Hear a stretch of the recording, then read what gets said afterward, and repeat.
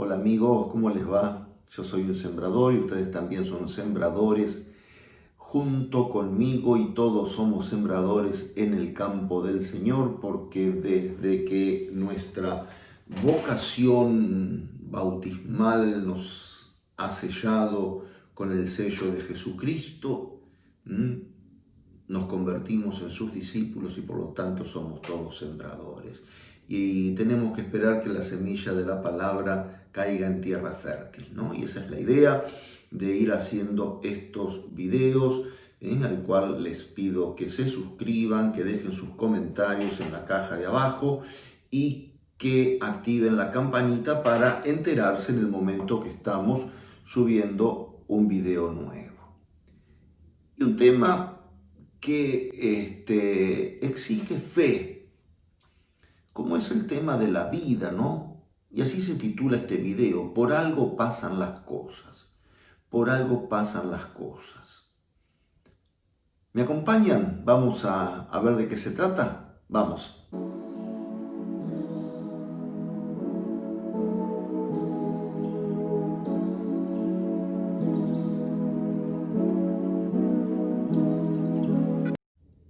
En la carta a los Romanos, en el capítulo 8, desde ya les digo que yo amo el capítulo 8 de la carta a los Romanos por la profunda espiritualidad que tiene y la presencia fuerte del Espíritu Santo que hay en ese capítulo, ¿verdad? Repito, en la carta a los Romanos, capítulo 8, versículo 28, yo les voy a ir dejando las citas bíblicas aquí abajo para que ustedes puedan después hacer sus reflexiones personales. Dice que Dios ha dispuesto todas las cosas para el bien de los que Él ama. ¿Qué significa esto? Que todo lo que vivimos, todo lo que vivimos está sujeto a la providencia de Dios. Está dispuesto por la providencia de Dios para nuestro bien. Claro, pero alguno de ustedes me podrá decir, pero en la vida pasan cosas muy desagradables, cosas muy feas. Podemos hablar de la destrucción de una familia, podemos hablar de la pérdida de un hijo, podemos hablar de las guerras en el mundo, de las enfermedades, de las injusticias y de una cantidad de cosas que son propias de la vida terrenal en que vivimos, que son propias de este tiempo en que nos toca vivir. Es decir, el hombre, llamado a la santidad, llamado a la santificación, yo no sé cuándo ustedes podrán ver este video, pero hoy es lunes y ayer domingo, hoy es lunes 2, ayer domingo primero celebramos la fiesta de todos los santos, ¿no? Y veíamos cómo Dios llama a la santidad al hombre de todos los tiempos. Pero lo cierto es que el hombre en este mundo tiene que sufrir tribulaciones. Pero no es que tenga que sufrir tribulaciones porque Dios las mande. Yo a veces escucho hablar a las personas, y si Dios lo mandó tendré que aceptarlo. Y si Dios me mandó tal enfermedad, y si Dios me mandó tal cosa, yo tendré que aceptarlo porque para eso es Dios y Dios me lo mandó. O peor aún, hay gente que dice que se enoja con Dios porque Dios le mandó tal o cual cosa, porque Dios le quitó a su ser querido, y viven echándole las culpas a Dios de lo que son las contrariedades de la vida. Lo cierto es que en las contrariedades de la vida tenemos que aprender a encontrar la mano de Dios. Aprender a encontrar la mano de Dios y qué es lo que Dios me está pidiendo cuando permite tal o cual acontecimiento adverso en mi vida. ¿Qué es lo que Dios me está pidiendo? Las adversidades en la vida de todos los días, las adversidades en la vida de todos los días, que nuestra vida está plagada de adversidades. Uno puede decir, este tiene suerte, el otro le va bien, al otro. Porque, es decir, somos tendientes a mirar al otro. Somos tendientes a mirar al otro. Y el otro, si su adversidad no se le hace del todo manifiesta, a lo mejor no la va a manifestar él del todo. Entonces, muchas veces hay muchas personas que disfrazan su adversidad bajo una apariencia de bien, bajo una apariencia de bien. ¿Qué tal estás? ¿Cómo estás? Bien, todo bien, gracias a Dios, todo bien, dice la gente. Pero a lo mejor por dentro está pasando una procesión bastante pesada, que el otro no te la manifiesta. No te la manifiesta porque no te tiene confianza, no te la manifiesta porque no tiene ganas, no te la manifiesta porque no quiere ni hablar de lo que le está pasando. Entonces lo cómodo es decir, me va bien. Entonces lo primero que vos te pensás que eso que te está diciendo es verdad. Pero lo que es cierto, que todos en la vida, todos, absolutamente todos, inclusive hasta la misma Santísima Virgen, todos hemos tenido y tenemos y tendremos que llevar una cruz. Tenemos que llevar una cruz.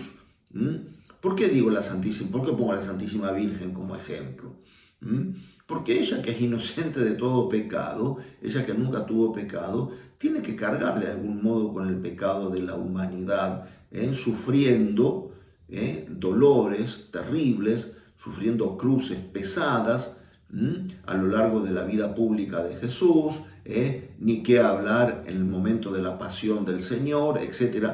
Ella tuvo que sufrir una cantidad de cosas, pero que sin embargo a ella, la estoy poniendo como ejemplo, sin embargo ella, con un espíritu de fe profunda, y aquí viene lo que dije al principio, estamos llamados a vivir esto únicamente desde la fe, porque si no, no hay otra forma, no hay otra forma de poderlo entender, de poderlo sobrevivir.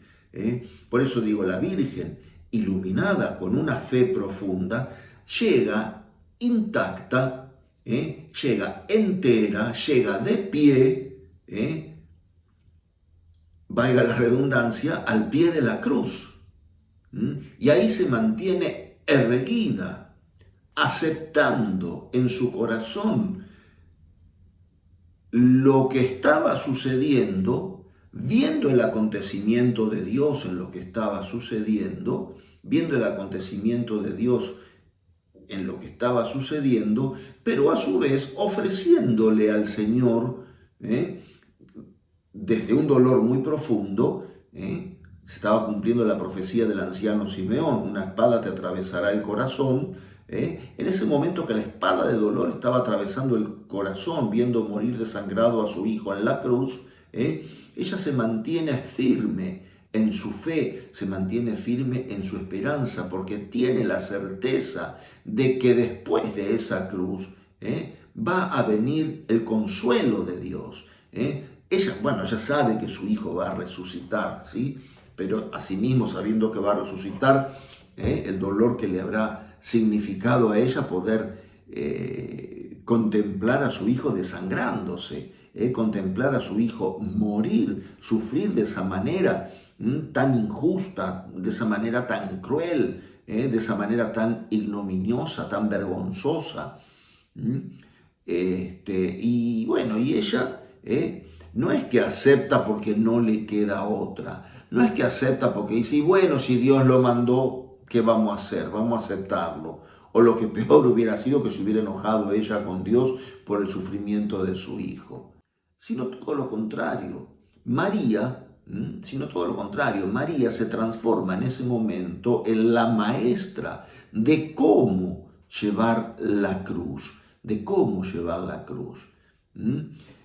Es la primer discípula del Señor. El que quiera ser mi discípulo, que renuncie a sí mismo, que cargue con su cruz y me siga. Y si analizamos los textos bíblicos, vemos cómo esto se cumple al pie de la letra, porque en el Evangelio de Marcos, cuando relata la pasión, dice, todos lo abandonaron y huyeron. No fueron capaces de cargar la cruz junto con Jesús. por cobardía, por miedo, por espanto, por susto, por bronca, y una cantidad de sentimientos negativos provocaron de que los discípulos abandonaran al Maestro. Y María, que es la primer discípula, carga la cruz junto con Jesús y llega al Calvario junto con Jesús. Y al pie de la cruz ella queda como Madre nuestra, dispuesta a aceptarnos en su corazón maternal, que en ese momento está tremendamente destrozado por el dolor. ¿A dónde quiero llegar con todo esto? Voy a la primera frase que dije de San Pablo. Dios ha dispuesto todas las cosas para el bien de los que ama. Entonces, cuando nos suceden, cuando la vida nos presenta las contrariedades de las que acabo de mencionar, lo que tenemos que tener en cuenta es esto, que esto tiene que servir para nuestro crecimiento personal, Pero esto únicamente, repito, lo podemos entender desde la fe. Y la fe se consigue con una oración profunda, con una oración comprometida, con una vida sacramental. Hay gente que le cuesta. Hay gente que le cuesta mucho la fe. Y entonces uno tiene que insistirle en la oración, uno tiene que insistirle en la vida de compromiso con Jesús para ayudar a esa persona a que la fe crezca, sobre todo si esa persona está llena de adversidades, de contrariedades, de cosas que le están haciendo daño. De cosas que le están haciendo daño en su vida presente, en su vida terrenal. Entonces, tenemos que entender que si Dios dispone todas las cosas para el bien de los que ama, es porque Dios quiere que nosotros aprovechemos la situación presente para nuestro crecimiento personal. A ver, vamos a poner un ejemplo que nos está afectando a todo el mundo, que es la pandemia del coronavirus. La pandemia del coronavirus. ¿Qué nos pide la pandemia esta del coronavirus? Primero, ¿qué nos dice? ¿Dios nos mandó el virus este? No, Dios no nos mandó ningún virus. Algunas teorías dicen que es una creación de laboratorio, otras teorías dicen que el murciélago, los chinos, no sé. Ninguna de esas teorías tiene la solidez suficiente como para explicar de dónde surgió este virus, que está azotando a toda la humanidad, Ahora, ¿cómo podemos? ¿Tenemos que pedirle a Dios que pare la pandemia? Sí, todos los días se lo tenemos que pedir, con insistencia se lo tenemos que pedir, porque es una cosa mala para nosotros, es una cosa que entorpece nuestra vida sanitaria, es una cosa que entorpece nuestra vida económica, es una cosa que entorpece nuestra vida social. Eso no lo podemos discutir, de ninguna manera. Pero ¿qué vemos de la mano de Dios en esta pandemia? Un aleccionamiento a crecer en los valores, aprender a ser solidarios, porque muchas veces, no quiero decir que somos hijos del rigor, pero muchas veces necesitamos los seres humanos un sacudón más o menos importante para que tomemos conciencia de dónde estamos parados, de cuál es nuestra realidad, y qué es lo que tenemos que realizar, qué es lo que tenemos que hacer. Entonces, en este momento de pandemia, la elección de Dios, Dios dispone todas las cosas para el bien de los que ama, como Dios nos ama, como nuestro Padre, nos está dando una lección a través de este acontecimiento que Él no provocó, no lo podemos culpar a Dios, Mucha gente te dice también, pero si Dios es bueno, si Dios existe y Dios es todo lo que usted dice, Padre, ¿por qué hay guerra en el mundo? Y hay guerra en el mundo porque hay corazones ambiciosos. También nos podemos preguntar por qué hay pecado en el mundo. Dios podría no permitir el pecado si no quisiera, pero Dios no quiere avasallar la libertad del hombre, quiere que el hombre se salve haciendo un buen uso de su propia libertad, quiere que el hombre conquiste la salvación haciendo uso de su libertad. Entonces, ante la adversidad, ¿cuál es nuestra respuesta libre? Lo que nos libera delante de Dios el saber aprovechar la adversidad para ver y ponernos en oración, Señor, ¿qué me estás queriendo decir con esto? Por otra parte, no tenemos que olvidar, ¿sí?, que el hombre es materia y espíritu. El hombre es materia y espíritu.